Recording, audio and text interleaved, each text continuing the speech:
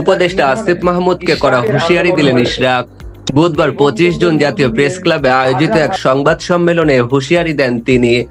ইশরাক হোসেন বলেন, চলমান আন্দোলনের ফলে জনগণের যেসব গুরুত্বপূর্ণ সেবা বিঘ্নিত হচ্ছিল সেগুলো সচল করার জন্য আমার অনুরোধে গত সোমবার থেকে নগর ভবনে কর্মবিরতি তুলে নেওয়া হয়েছে। তবে এটার সঙ্গে আন্দোলনের দাবি অথবা সরকারের কোনো চাপ বা ভীতির বিন্দুমাত্র কোনো বিষয় নেই, বরং অন্তর্বর্তীকালীন সরকার জনগণের সব আশা আকাঙ্ক্ষা, ন্যায্য দাবি ও আইন আদালতকে পরোয়া না করে দিনের পর দিন জনদুর্ভোগ সৃষ্টি করে রাখছে। এই দুর্ভোগ নিরসনে জনস্বার্থের কথা চিন্তা করে আমরা সবাইকে নিয়ে সব জরুরি সেবা চালু রাখি।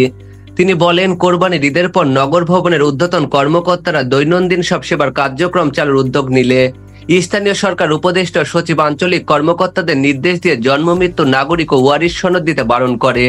মূলত জনগণকে সুবিধা বঞ্চিত করে এর দায় আন্দোলনকারীদের উপর চাপিয়ে দেওয়া চক্রান্ত বাস্তবায়ন করতে চেয়েছিল।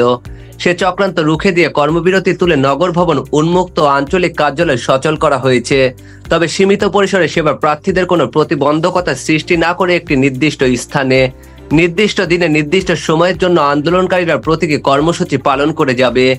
বিএনপির নেতা বলেন, গতকাল হামলার পরিকল্পনা বাস্তবায়ন করা হয়েছে স্থানীয় সরকার উপদেষ্টার ঘনিষ্ঠ হিসেবে কিছু দুর্নীতিবাজ কর্মকর্তাদের নেতৃত্বে।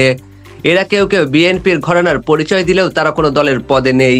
তাদের মূল হোতা গতকালকে আন্দোলনকারীদের হত্যার চেষ্টা করা গোলাম কিবরিয়া রুবেলের বিরুদ্ধে ব্যাপক দুর্নীতির অভিযোগ রয়েছে।